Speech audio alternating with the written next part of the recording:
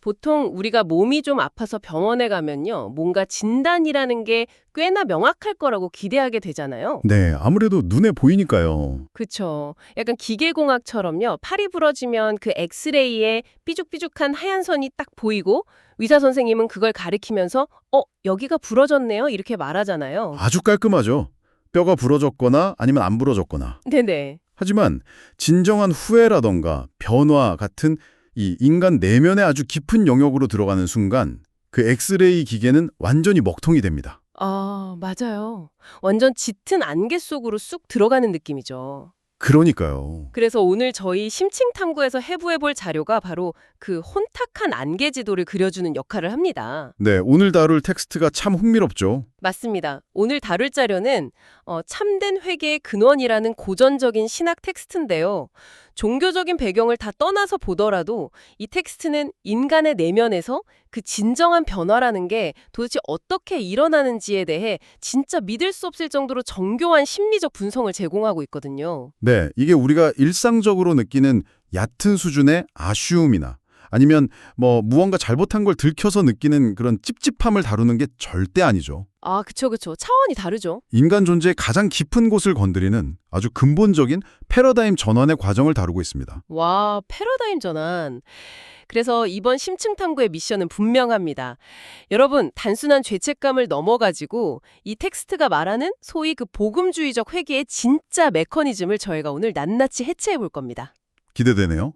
복잡하고 무거운 신학적 개념들이 막 쏟아지겠지만 지금 이 방송을 듣고 계신 여러분의 일상과 인간관계에 바로 대입해 보실 수 있도록 저희가 아주 명확하고 흥미롭게 풀어드리겠습니다. 자, 본격적으로 파헤쳐 볼까요? 네, 들어가 보죠. 우리가 무언가를 크게 잘못했을 때요. 보통은 우리 스스로 반성하고 뉘우친다고 생각하잖아요. 그렇죠. 내가 내 의지로 결심을 하고 시작하는 거라고 믿죠. 네, 맞아요. 하지만 이 텍스트는 그 근본적인 출발점을 완전히 다르게 정의하면서 논의의 문을 엽니다.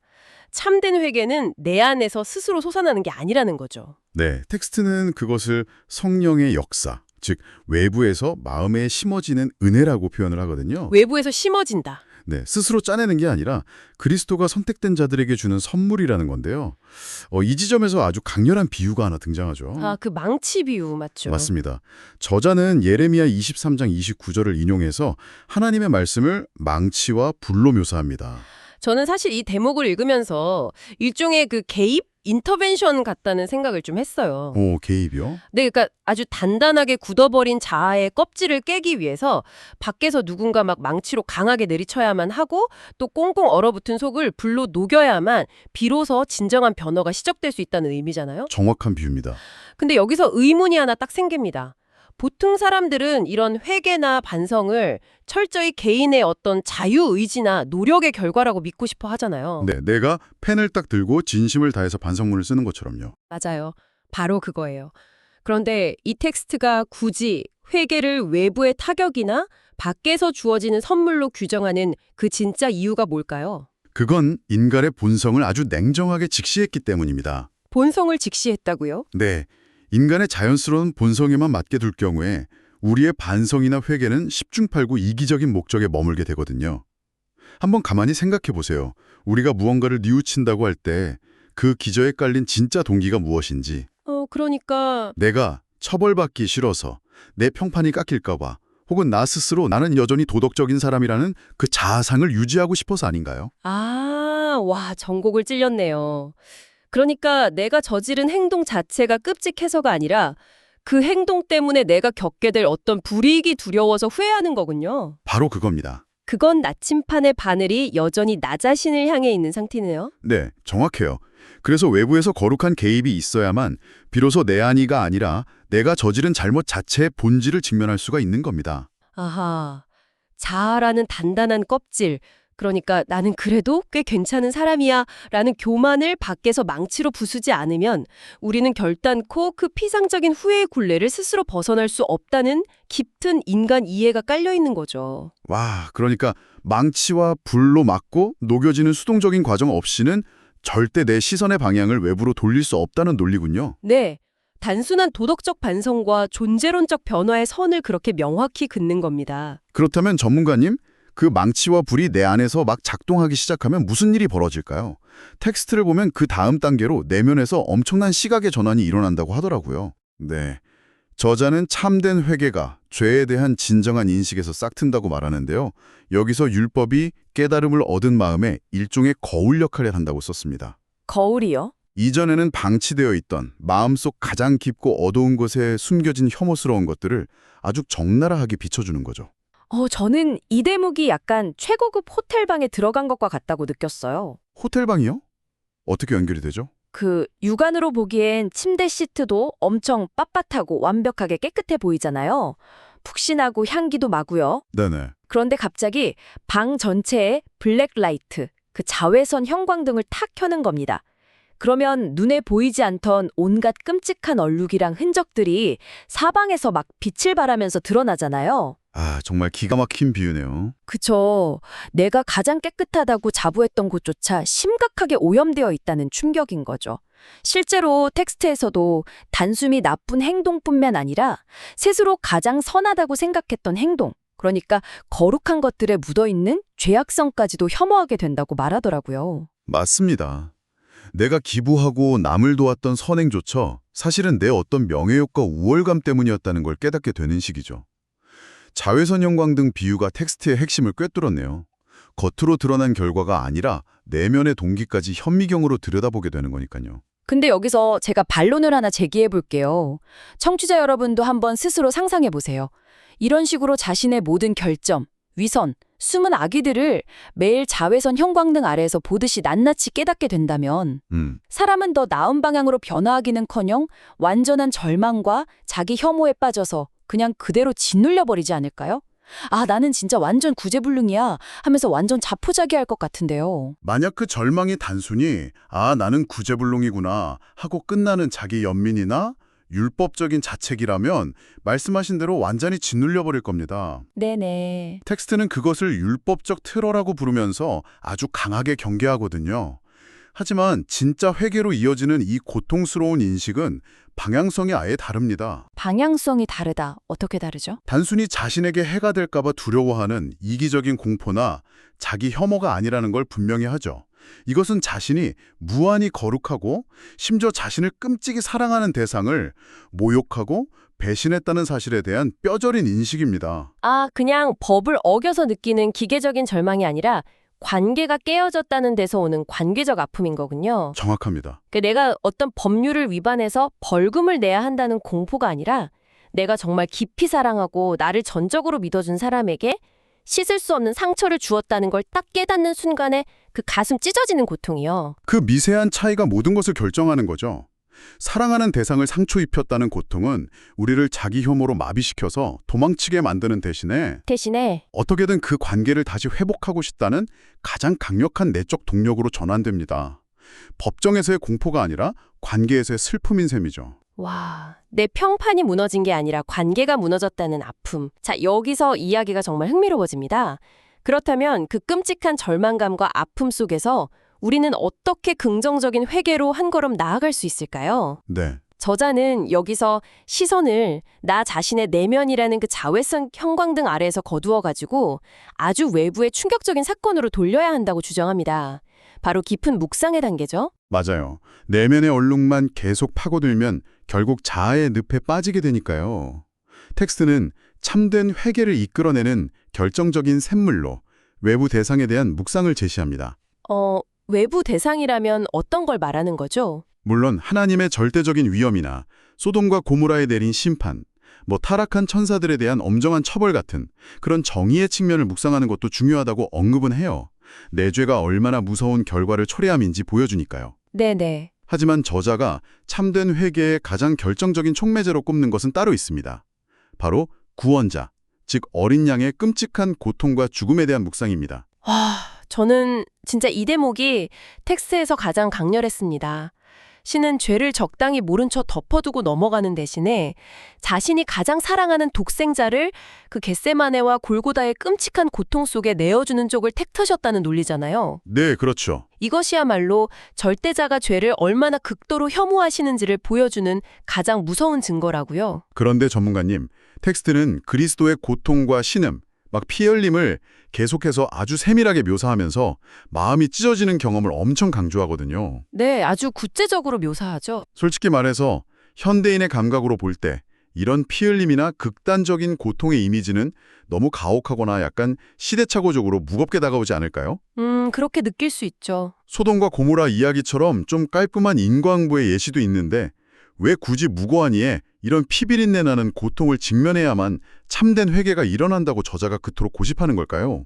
표면적인 잔혹함에만 초점을 맞추면 그렇게 보일 수 있습니다.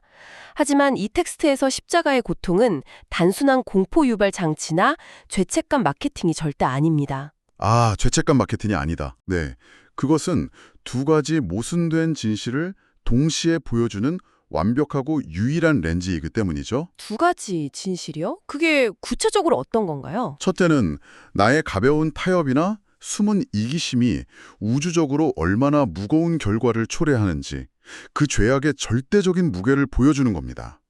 적당히 눈 감아주고 넘어갈 수 있는 성질의 문제가 아니었다는 거죠. 네네. 하지만 두 번째가 훨씬 더 중요합니다. 두 번째가 뭐죠? 그렇게 무서운 대가를 치러야 함에도 불구하고 나를 벌하는 대신에 나를 대신해서 기꺼이 그 고통을 감당하는 신의 무한한 사랑을 동시에 보여준다는 점입니다. 아, 심판의 무서움과 용서의 사랑이 그 하나의 사건 안에서 정면으로 충돌하는 거군요. 인간의 심리를 한번 깊이 생각해 보십시오.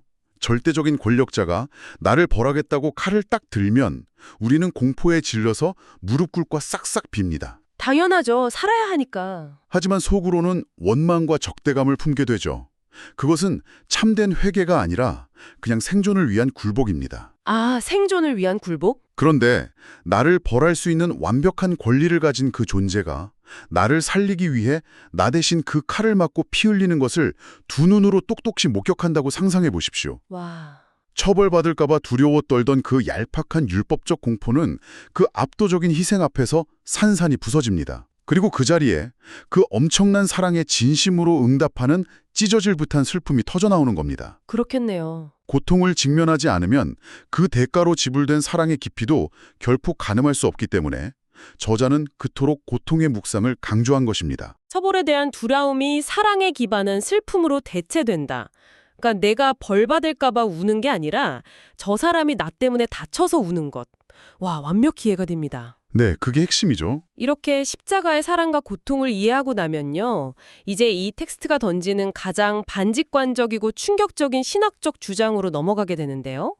여러분, 바로 무엇이 먼저인가 하는 순서의 문제입니다. 이 대목의 놀라운 뒤집기에 주목해 보시기 바랍니다. 네, 이 텍스트가 가진 심리적 통찰의 최고봉이라고 할 수 있는 부분이죠. 최고봉이죠. 저자는 참된 회개가 일어나기 위해서는 반드시 그보다 앞서 용서하시는 자비에 대한 믿음이 먼저 작동해야 한다고 아주 확언을 합니다. 맞아요. 저자는 공포에 기반한 후회를 열매를 맺기도 전에 톡 떨어져 버리는 꽃잎이나 설익은 과일에 불과하다고 엄청 비판했잖아요. 네, 그리고 여기서 진짜 기가 막힌 비유가 등장하죠. 새 비유요. 맹금류가 사냥감을 향해 내리꽂히기 전에 어떻게 하나요? 곧바로 밑으로 곤두박질 치는 게 아니라 먼저 하늘 아주 높은 곳으로 솟구쳐 날아오릅니다. 그렇죠. 마찬가지로 죄인 역시 무거운 회개의 자리로 내려앉기 전에 먼저 그리스도의 자비와 구원이라는 높은 곳으로 쫙 날아올라 그것을 완전히 믿고 신뢰해야 한다는 겁니다. 아주 아름다우면서도 도발적인 비유입니다. 완전 도발적이죠. 왜냐하면 잠깐만요. 우리가 상식적으로 생각하는 인과관계는 완전히 그 반대잖아요. 어떤 식으로요? 내가 먼저 진심으로 뉘우치고 눈물을 펑펑 흘리고 잘못을 청산해야 비로소 신이 내 진정성을 보고 용서하고 받아준다. 이게 우리가 평생 살아오면서 사회에서 배워온 당연한 도덕적 거래의 순서 아닙니까? 그렇죠. 내가 먼저 갚아야죠. 찡창이고 제대로 반성조차 못한 상태인데 먼저 덥석 내가 조건 없이 용서받았다는 자비부터 믿어야 만 비로소 진짜 회개가 나온다는 거잖아요. 네, 맞아요. 이거 순서가 완전히 뒤바뀐 데다가 솔직히 좀 뻔뻔해 보이기까지 하는데요. 하하, 이 텍스트가 위대한 이유가 바로 그 우리의 알량한 도덕적 상식을 완벽하게 부수기 때문입니다. 부순다고요? 저자는 사람들이 자기 내면에서 억지로 회개를 쥐어내어 그것을 일종의 합격증이나 티켓처럼 들고 그리스도께 나아가려는 태도를 아주 강력하게 비판합니다. 그것을 거짓된 교리라고 부르죠. 아, 텍스트에 그런 표현이 있었죠. 내 장에서 억지로 회개를 자아낸다. 표현이 진짜 적나라하면서도 뼈를 때리네요. 맞아요. 내가 흘린 눈물의 양으로 신과 거래를 하려는 태도니까요. 내가 스스로 충분히 슬퍼하고 반성해야 신에게 다가갈 자격이 생긴다는 생각, 언뜻 보면 굉장히 겸손하고 양심적인 것 같잖아요. 네, 저는 그게 도덕적인 거라고 생각했어요. 하지만 저자는 그것이 사실 가장 깊은 형태의 교만이라고 지적합니다. 교만요? 여전히 내 눈물과 내 반성의 가치로 구원을 사겠다는 내 통제권을 놓지 않으려는 태도이기 때문입니다. 아, 와. 듣고 보니 소름이 돋네요. 나는 아직 충분히 뉘우치지 않았으니 용서받을 자격이 없어. 라고 뒤로 물러서는 게 겸손이 아니라 자비마저 내 조건으로 통제하려는 교만이었다니요? 심리학적으로도 아주 탁월한 통찰입니다. 인간은 방어기제의 덩어리거든요. 방어기제요? 자신이 완전히 안전하게 용서받았다는 100%의 확신, 어떤 끔찍한 모습을 보여도 절대 버림받지 않을 거라는 무조건적인 사랑의 안전망을 확인하기 전까지는 결코 자신의 가장 추악하고 부끄러운 밑바닥을 스스로 꺼내놓지 못합니다. 아, 그쵸. 두려우니까 무의식적으로 막 숨기거나 합리화하게 되잖아요. 저 사람 탓이야, 상황 탓이야 이러면서요. 맞습니다. 그래서 자비에 대한 믿음이 먼저 주어져야만 하는 겁니다. 너는 이미 완전히 용서받았다.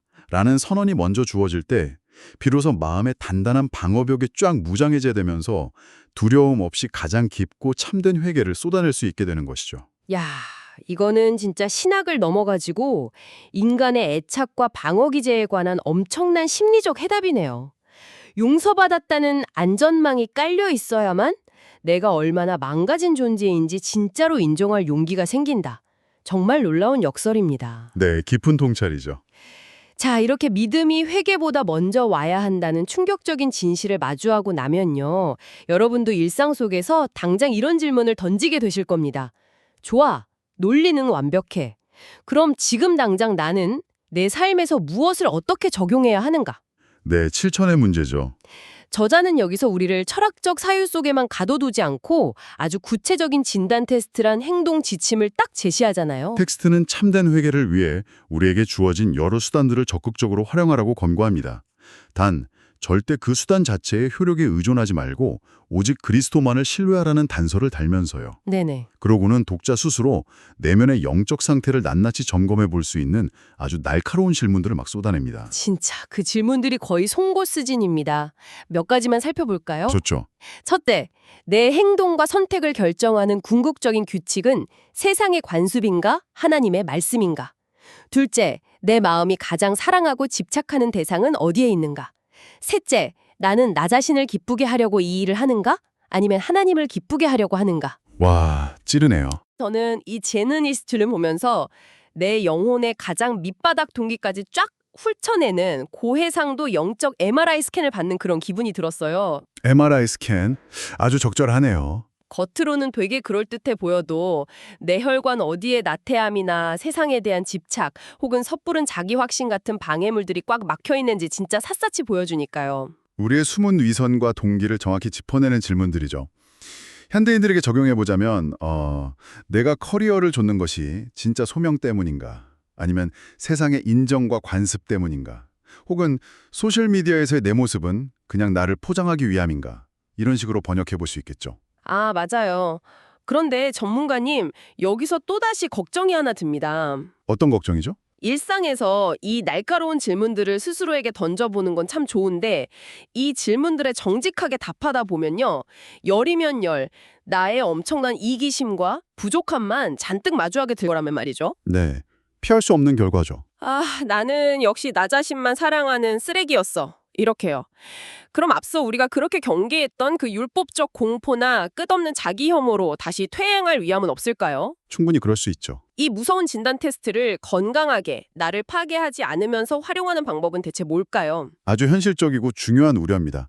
그 위험성이 늘 존재하기 때문에 저자가 이 진단 질문들을 던지면서 문장마다 지속적으로 강조한 하나의 필수 조건구가 있습니다. 필수 조건구요. 바로 약속된 은혜에 의지하여 이 수단들을 사용하라는 것입니다. 은혜에 의지하여 그게 제가 아까 말한 MR 스캔이랑 무슨 상관이 있나요? 병원에서 MRI 스캔을 하는 목적이 환자에게 당신은 온몸에 암세포가 퍼졌으니 절망 속에서 죽어가시오 라고 통보하기 위함인가요? 아니죠. 살리려고 찍는 거죠. 네, 정확한 병변을 확인해서 진정한 치유자, 즉 의사에게 수술을 맡기기 위함입니다. 진단 테스트를 통해 내 안의 이기심과 절망적인 상태를 확인했다면 그 결과를 들고 방구석에 혼자 앉아 스스로 자책하는 데 에너지를 써서는 안 됩니다. 아, 자책할 시간에 나를 이미 용서해 놓으시고 치료할 준비를 끝낸 그분의 약속된 은혜로 당장 달려가야 합니다. 와, 내 결핍을 좌절의 이유가 아니라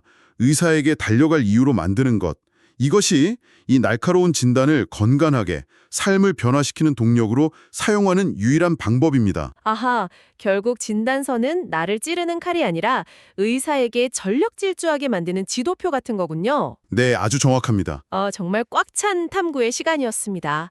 오늘 우리는 내면을 꿰뚫는 아주 깊은 여정을 다녀왔습니다. 당신의 굳은 교만을 깨부수는 성령의 망치에서 출발해서 숨겨진 얼룩을 적나라하게 보여주는 율법의 자외선 형광 등을 지났습니다. 아주 험난한 길이었죠. 맞아요. 그리고 거기서 주저앉지 않고 공포가 아닌 사랑과 희생의 십자가로 시선을 옮겼죠.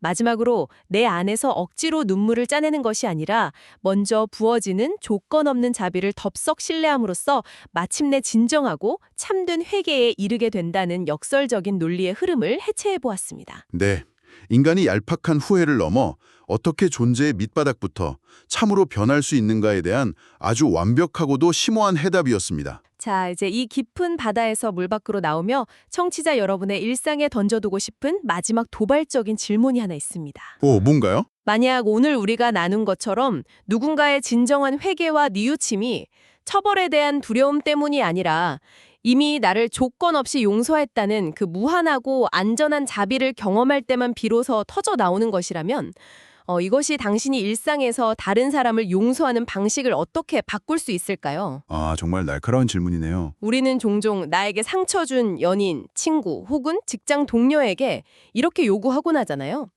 네가 먼저 얼마나 미안한지 나한테 행동으로 증명해가. 네가 눈물 흘리며 납득할 만한 사과를 하면 그때 가서 내가 널 용서할지 말지 딱 결정해 줄게. 늘 그렇게 뉘우침을 먼저 요구하죠. 맞아요. 하지만 오늘 이 텍스트의 깊은 통찰을 빌리자면 어쩌면 우리가 아무런 조건 없이 먼저 용서의 손을 내밀고 사랑의 안전망을 깔아줄 때 바로 그때 비로소 상대방의 굳은 마음이 탁 녹아내리고 방어 기제가 무너지면서 진짜 뉘우침을 이끌어낼 수 있는 것은 아닐까요? 먼저 부어지는 은혜처럼요. 네.